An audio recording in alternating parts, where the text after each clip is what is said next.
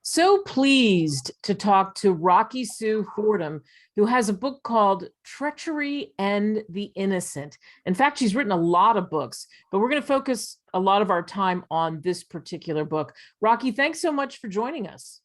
Thank you for having me. So tell me why you wrote the book. What got you going on Treachery and the Innocent? I had written a set of preteen books, and I took the characters of the preteen, the adults in those characters, and I had done preteen, and that had been easy, and I just had wondered if I could put it into an adult series, and that's where I got the adult Treachery and the Innocent started. So when you decide, okay, I'm going to do this, I'm going to go into this genre, and you have all these ideas floating around in your head, how did you pull the story together? What was it like writing it?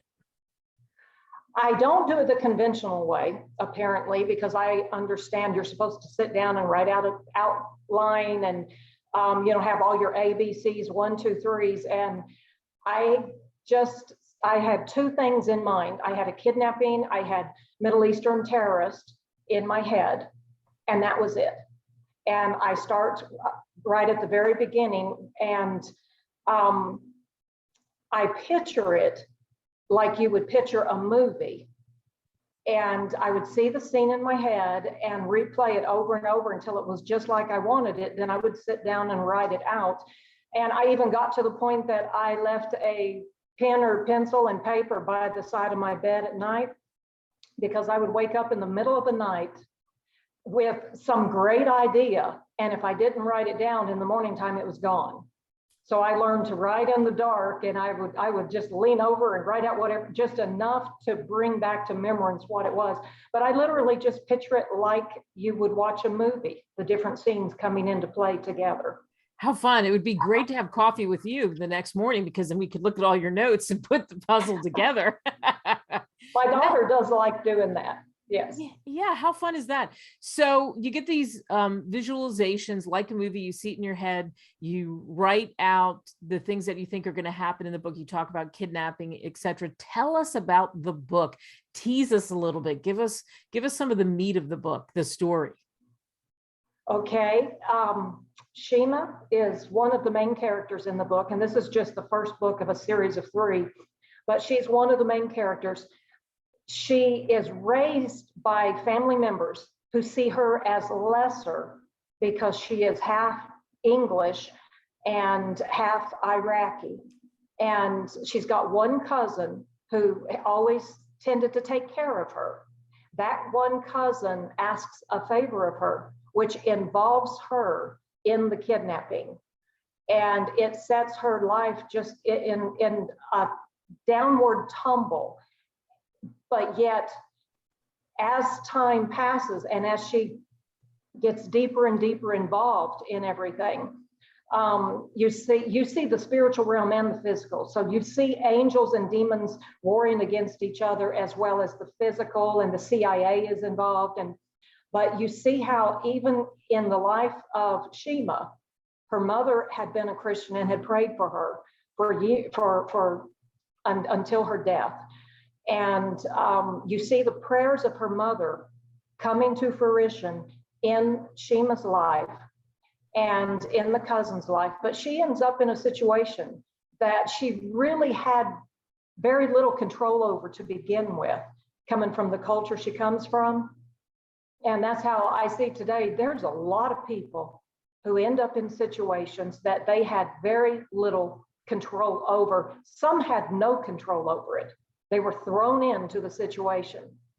And yet God still has a way of working out what he wants to accomplish in that person's life.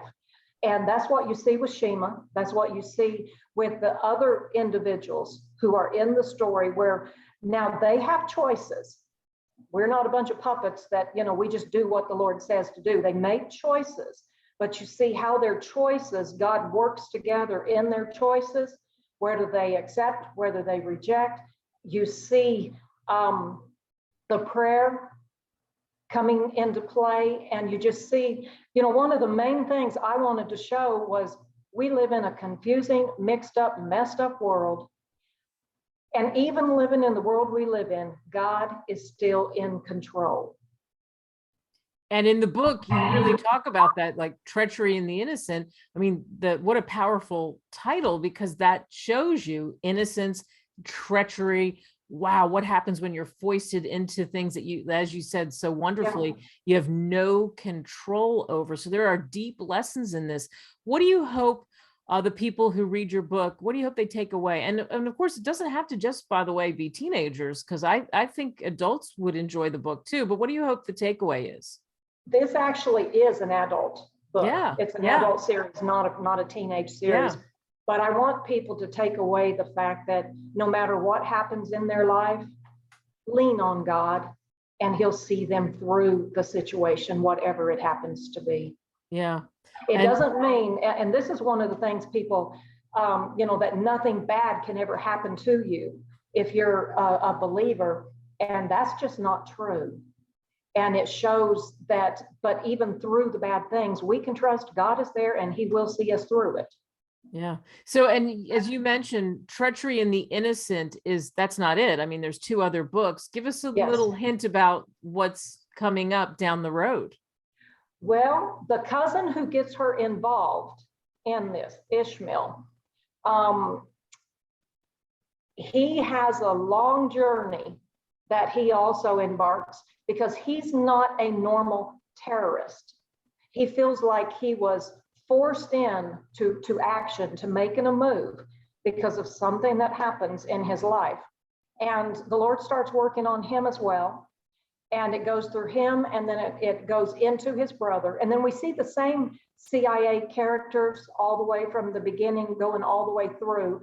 And you see the same angels passing from one book to the next, where God uses his angelic warriors to bring about his purpose in their lives.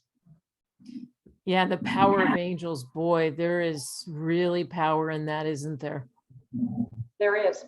And that was one of the main things I wanted to show is sometimes we feel so lonely.